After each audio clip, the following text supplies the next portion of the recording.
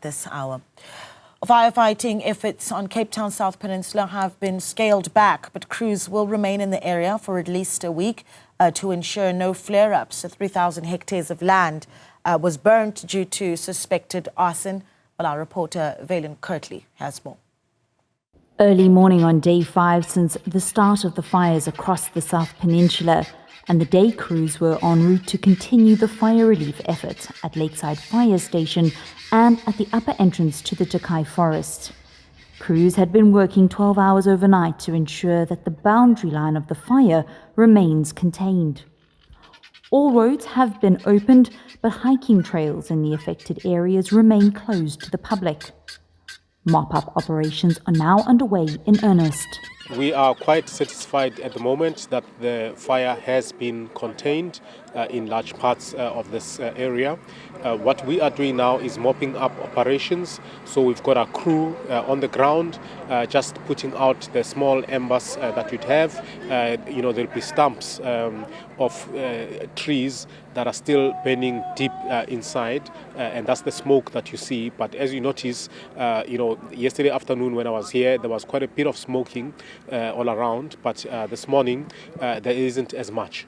So our crew is monitoring the situation. They'll be here for the next 3-4 days just to make sure that the fire is completely extinguished. Mop-up operations are expected to continue for another week.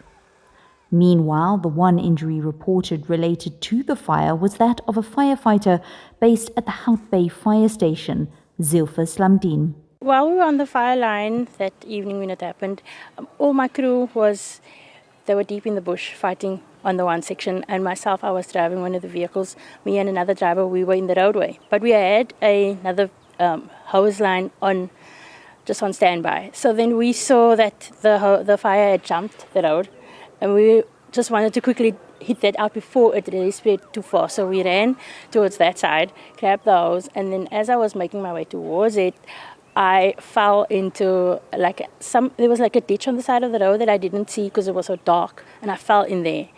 Luckily, my colleague grabbed the hose and then we put that out, but he then told me stay down, because he had seen how hard I fell. The heat was very intense. The smell of fire was very there, and with me seeing Zopa there, there were like two different things, like the fire, my colleague, I had to make a decision but luckily for us, other colleagues wasn't that far from us, and I could actually stop the fire and at the same time look at my colleague at Zopa also. Despite the large tracts of land affected by the fire, 3,000 hectares in total, no homes were destroyed, all in a day's work for those on the front line. For Newzroom Afrika on Channel 405 in Cape Town, I'm Vaylen Kirtley.